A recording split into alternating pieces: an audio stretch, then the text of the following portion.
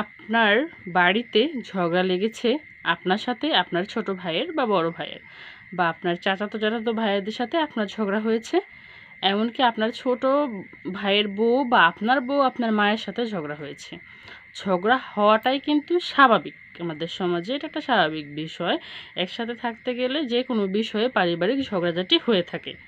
তবে এই ঝগড়াটাকে যারা টেনে হেসড়ে কান ভাঙানি দিয়ে এত বড় একটা ইস্যু তৈরি করে, তারা হচ্ছে আমাদের সমাজের মদতদাতা। আর এই মদতদাতারা যে শুধু পুরুষ হয়ে থাকে এমন না, কিছু মহিলাও আছে। যেমন আমার শাশুড়ির সাথে যদি আমার টুকটাক বা আমার জায়ের সাথে আমার টুকটাক ঝগড়া হলে, তারা আশেপাশে গিয়ে এই কথাটা ছড়িয়ে দেয় যে দেখো ওই বাড়িতে ঝগড়া হয়েছে। ঠিক আছে, তারা এই কথাটা ছড়ায় আনার পর যে থাইমা থাকে এমন না। আমার সাথে দেখা হইলে তোমার শাশুড়ি তোমার এটা কইছে, তোমার যা তোমার এটা কইছে, তোমার নামে এই কথাটা কইলো, তুমি তো এমন না, তুমি তো অনেক ভালো, তোমার এই কথাটা কেমনে কইরা কইলো, হ্যাঁ তোমার এই কথাটা কইছে আমার খারাপ লাগছে। কিন্তু কিছু সময়ের জন্য মনে হয় আরে, তবে যে বা যাহারা এই কাজগুলা করে সাময়িক সময়ের জন্য মনে হয় যে তারা আমার কত আপন, আমার কাছে ওরা যা বলছে বইলা দিতেছে।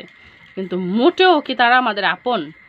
তারা যদি আমাদের ভালো চায় তাইলে কি আইসা কান ভারী করে? যারা এই কথাগুলো আমাদের কাছে বলে আমাদের কান ভারী করে, তাদের ব্যাপারে আমাদেরকে আরও উস্কায় বা বিষাক্ত সাপের মতো আমাদেরকে বানায় ফেলে, তারা চায় কি জানেন? আপনার আমার ভালো চায়? মোটেও ভালো চায় না। তারা যদি ভালো চাইতো তাইলে আইসা এইসব বলতো না। আমাদের মনে হয় সাময়িক সময়ের জন্য আমাদের ভালো চাইতেছে, কিন্তু আপন মনে হইতেছে, কিন্তু তারা আসলেই আমাদের আপন না। তারা হচ্ছে মুখোশধারী একটা শয়তান, এবং কি বিষধর সাপের চেয়েও বেশি বিষ থাকে তাদের এই কথার মধ্যে। তাদের এই লাগানো কথাগুলো শুনে কিন্তু আমাদের মন অনেক খারাপ হয়, আমাদের মেজাজ অনেক গরম হয়।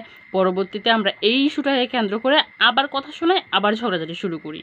তারা হচ্ছে এটাই চায় যে আমরা আবার ঝগড়া করি। তারা কিন্তু মোটেও আমাদের আপন না বা আমাদের ভালো চায় না। এই বিষয়গুলো আমি এখন বুঝতে পারছি। এই সময়টাতে আমি এই জিনিসগুলো ভালো বুঝতে পারছি যে তারা কখনোই আমাদের ভালো চায় না। ভালো চায় না বলেই আমাদের কাছে এইসব আইসা লাগায় উল্টাপাল্টা। আমরা যেন ঝগড়া লাগি, তারা যেন ঝগড়া দেখা মজা পায়। কিছু পুরুষ আছে, দুই ভাইয়ে ভাইয়ে ঝগড়া লাগলে আইসা এক ভাইয়ের কাছে আরেক ভাইয়ের বদনাম কয়, তোর ভাই তো উমুক, তোর ভাই তো এমন চালাকিগিরি করতেছে, তোর ভাই তোরা ঠকাইতেছে, এরকম ইত্যাদি ইত্যাদি নানান বিষয়ে বইলা আমি আসি তোর পাশে। আবার দেখা যায় সেম কথাটা আরেক বাইরে যায় বলতেছে যে আমি আসি তোর পাশে।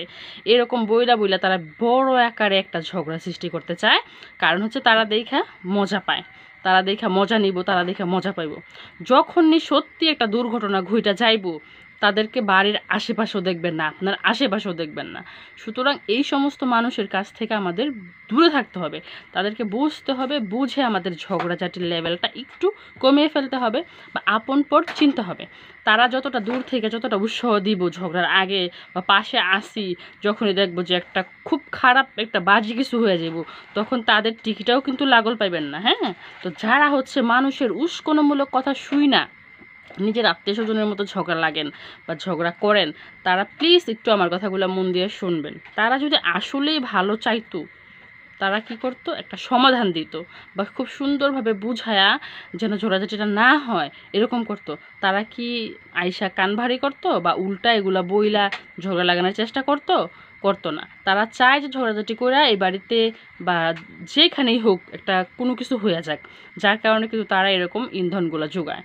তো এটা যে আমার বাড়িতে হয়েছে এমন না, বা আপনার বাড়িতে যে হয়েছে এরকমও না, বা আপনার বাড়িতে যে আমার বাড়িতে হয়েছে দেখে যে আপনার বাড়িতে হবে না এমনও না।